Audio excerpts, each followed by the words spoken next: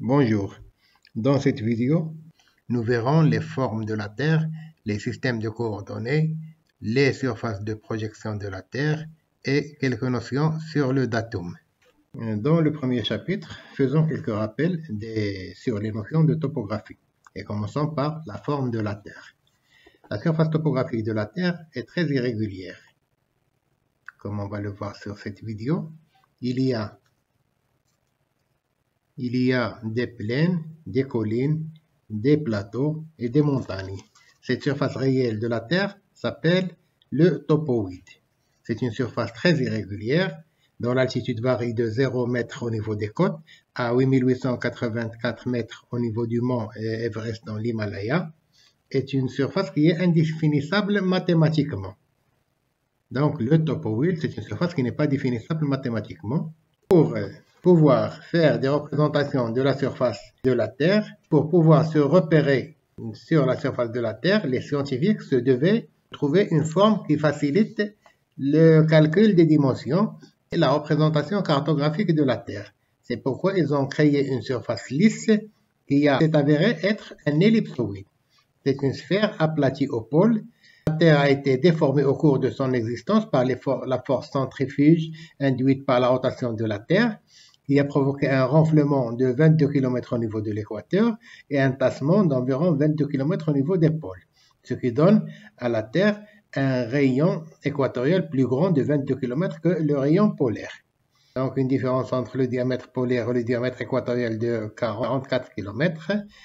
Cette surface qu'on appelle l'ellipsoïde, dont les paramètres qui sont la forme et les dimensions sont définis par le demi-axe mineur, c'est-à-dire le rayon polaire, et le demi-axe majeur, le rayon équatorial, par l'aplatissement et par l'excentricité, qui sont des paramètres calculés par des formules géométriques. Les chercheurs, lorsqu'ils ont voulu déterminer les coordonnées, ils se sont confrontés à un problème de taille. Pour déterminer les coordonnées des différents points de la surface de la Terre en se basant sur cet ellipsoïde, il fallait utiliser la verticale, qu'on croyait toujours orientée vers le centre de la Terre. Mais en réalité, la verticale, qui est la direction de la force de gravité, n'est pas toujours orientée vers le centre de l'ellipsoïde. Elle dépendait de la répartition des masses dans le globe terrestre. Elle montre des variations de direction qu'on appelle les déviations de la verticale. Si on prenait la moyenne de la force de gravité à la surface de la Terre qui est de 9,8 et qu'on dessine une surface de tous les points de la surface de la Terre sur lesquels est exercée cette valeur de la force de gravité, on déterminerait une surface qui présente des ondulations.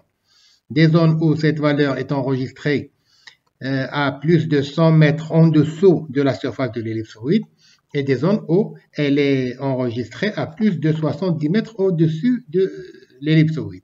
Donc cette surface équipotentielle de la force de gravité, c'est ce qu'on appelle le géoïde terrestre.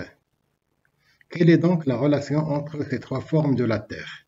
Le topoïde qui est la surface réelle, l'ellipsoïde qui est la forme virtuelle et le géoïde qui est la surface équipotentielle de gravité. Sur ce schéma, en coupe de la Terre, nous avons les trois surfaces. La surface réelle de la Terre, l'ellipsoïde représenté par la ligne verte, qui est un cercle parfait, et le géoïde représenté par la ligne rouge. On voit que le géoïde épouse parfaitement la surface des océans. Le géoïde est donc une surface de type océanique, en tout point perpendiculaire à la direction de la gravité. Cette surface présente des ondulations qui sont visibles sur la surface des océans, puisque l'eau est une matière fluide qui se déforme sous l'effet des forces. La surface océanique va présenter donc des creux allant jusqu'à moins de 100 mètres sous l'ellipsoïde et des bosses qui atteignent plus de 70 mètres au-dessus de l'ellipsoïde. Les ondulations du géoïde se matérialisent aussi par les déviations de la verticale par rapport à la perpendiculaire à l'ellipsoïde. L'altitude h est la hauteur de la surface de la Terre mesurée au-dessus de la surface moyenne des océans, donc du géoïde. La hauteur mesurée au-dessus de l'ellipsoïde est appelée la hauteur ellipsoïdale. Elle est différente de la hauteur réelle. C'est pourquoi il faut faire attention à l'altitude donnée par le GPS, car il donne la hauteur ellipsoïdale. Alors pour assimiler toutes ces données et élaborer un système de coordonnées fiable, une science s'en occupe, c'est la géodésie. La géodésie est une science qui a pour but l'étude et la détermination de la taille et de la forme de la Terre et de son champ de gravité dans un espace tridimensionnel. Il consiste à repérer un ensemble de points dans un système unique associé à une surface terrestre moyenne idéale, qui est l'ellipsoïde autour du centre de gravité de la Terre. L'ellipsoïde de référence est obtenu par calcul à partir du géoïde de référence local et son approche au plus près pour la zone considérée. La géodésie est donc la science qui combine toutes ces données pour trouver une solution intermédiaire pour obtenir des coordonnées géographiques fiables à la surface de la Terre. C'est pourquoi les ellipsoïdes sont déterminés régionalement et qu'elles soient le plus proche possible du géoïde au niveau de la zone considérée, quitte à ce qu'il ait des grandes erreurs loin de cette zone considérée. Lorsqu'un ellipsoïde est élaboré dans cette zone, cet ellipsoïde possède des paramètres qui sont le demi-axe mineur, le demi-axe majeur, l'aplatissement et l'excentricité. Les valeurs de ces paramètres sont valables pour la zone où a été élaboré l'ellipsoïde, mais loin de cette zone, l'ellipsoïde peut présenter de grandes différences avec le géoïde et la surface topographique. Pourquoi de nombreux ellipsoïdes ont été élaborés. On voit sur ce tableau un certain nombre d'ellipsoïdes avec leur demi-grand axe, c'est-à-dire le rayon équatorial, et l'inverse de l'aplatissement.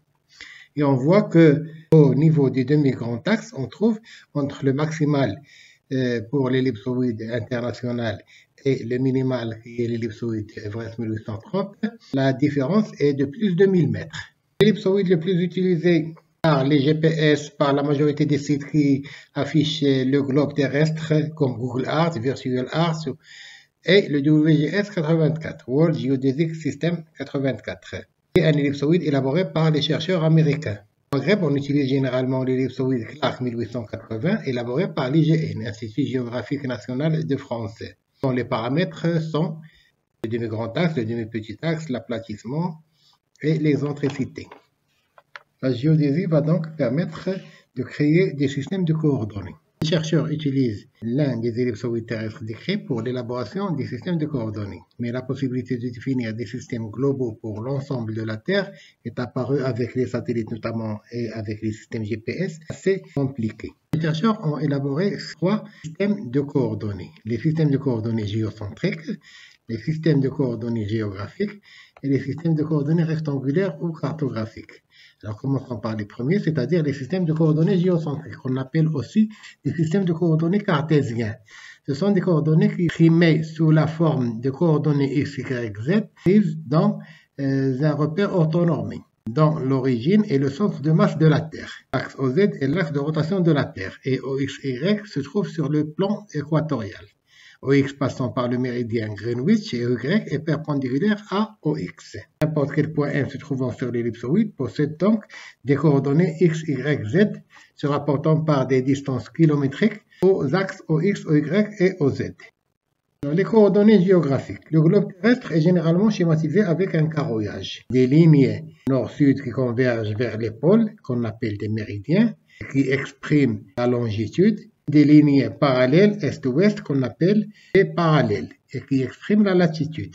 Sur la surface de la Terre, le parallèle d'origine est l'équateur. À partir de l'équateur se succèdent les parallèles vers le pôle nord et vers le pôle sud. Le méridien d'origine est le méridien passant par la localité de Greenwich, qui est un quartier de Londres.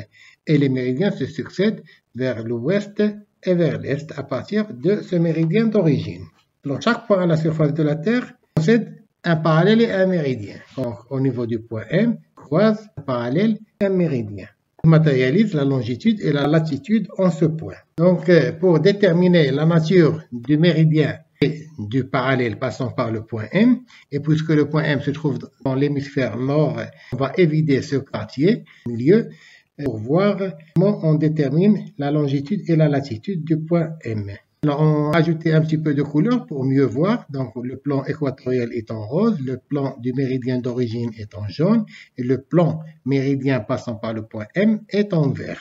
Alors, la longitude au point M, l'angle formé par le rayon équatorial au point M et le rayon équatorial au plan du méridien d'origine. La longitude, elle varie de 0 à 80 degrés vers l'est et de 0 à 280 degrés vers l'ouest. La latitude du point M est l'angle que forme la verticale passant par le point M et allant vers le centre de l'ellipsoïde, le rayon équatorial du plan méridien de M. Donc c'est angle-là mesuré du rayon équatorial passe du plan méridien de M et la verticale au point M. La latitude varie de 0 à 90 degrés le nord, le pôle nord, et 0 à 90 degrés vers le pôle sud. Alors, la latitude et la longitude sont exprimés en degrés, minutes, secondes. Alors, ces degrés, minutes, secondes peuvent être des unités décimales. 1 degré égale 100 minutes, minute égale 100 secondes. Ou bien en unités sexagésimales. 1 degré égale 60 minutes, minute égale 60 secondes.